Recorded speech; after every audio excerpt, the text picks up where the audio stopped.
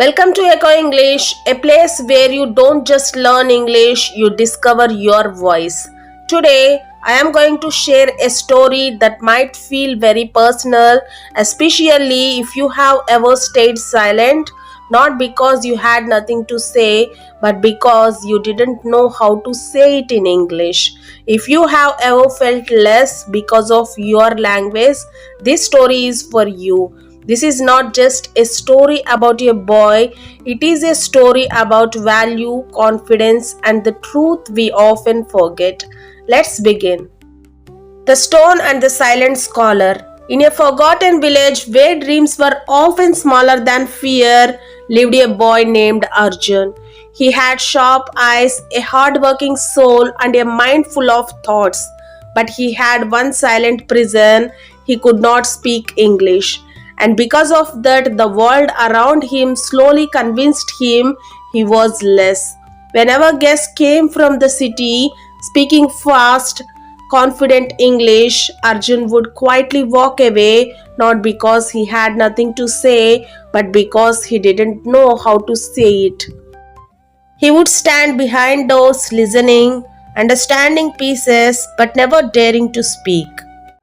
One day he heard someone laugh and whisper, "He is smart, but what's the use? He can't even speak English." That night Arjun didn't sleep. For the first time in his life, he questioned his own worth. Am I really less? Does language decide who I am? Will I always stay silent? His heart was heavy, not with ignorance, but with helplessness. The next morning, a scholar arrived in the village.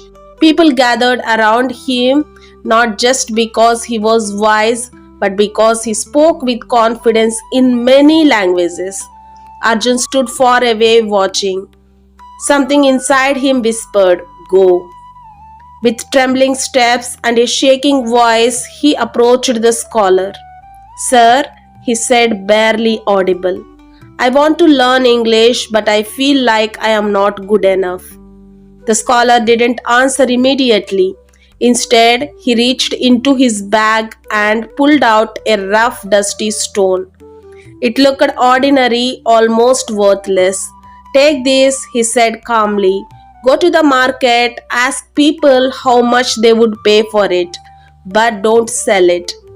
Arjun walked to the market, confused but obedient. The first man, a fruit seller, laughed. "This, 2 rupees. It's just a stone." 2 rupees? Arjun felt something inside him sink. He walked further. A shopkeeper examined it carefully. 10 rupees. It looks different. 10 rupees? A little better, but still small. Then, with hesitation, Arjun entered a jewelry shop. The jeweler picked up the stone and suddenly froze. His eyes widened, his voice changed. "Where did you get this?" he whispered. Arjun stayed silent. "This is not a stone, this is a rare gem."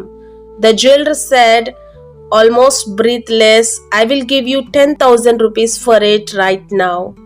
Arjun's heart started pounding. The same stone that someone laughed at, that someone ignored, was suddenly priceless. He ran back to the scholar, breathless, overwhelmed. "Sir, how? How is this possible?" he asked. "How can the same stone be worth 2 rupees and then 10,000? The scholar looked at him, not with surprise but with understanding. "The stone never changed," he said softly. The eyes that saw it did. Silence filled the space between them. Then the scholar stepped closer and said words that pierced straight into Arjun's soul. "You are this stone. Your value is not decided by people who cannot recognize you. English is not your worth, it is only a language." But he paused. Without it, some people may never see your true value. Tears rolled down Arjun's face, not from pain this time, but from truth. That day, something inside him broke, not his confidence, but his fear. He realized he was never less, he was just unpolished. From that moment, Arjun began his journey. He stumbled, he mispronounced words, people laughed, his voice shook, but he didn't stop. Because now he wasn't learning English to prove himself to others, he was learning it to reveal himself to the world. Years passed, the same boy who once hid behind doors now stood on stages. The same voice that once trembled now inspired thousands. And whenever someone said, "I can't learn English," Arjun would smile with quiet strength and say, "You are not weak, you are just waiting to be discovered." English doesn't define your value, but it can unlock the doors where your value is waiting to be seen.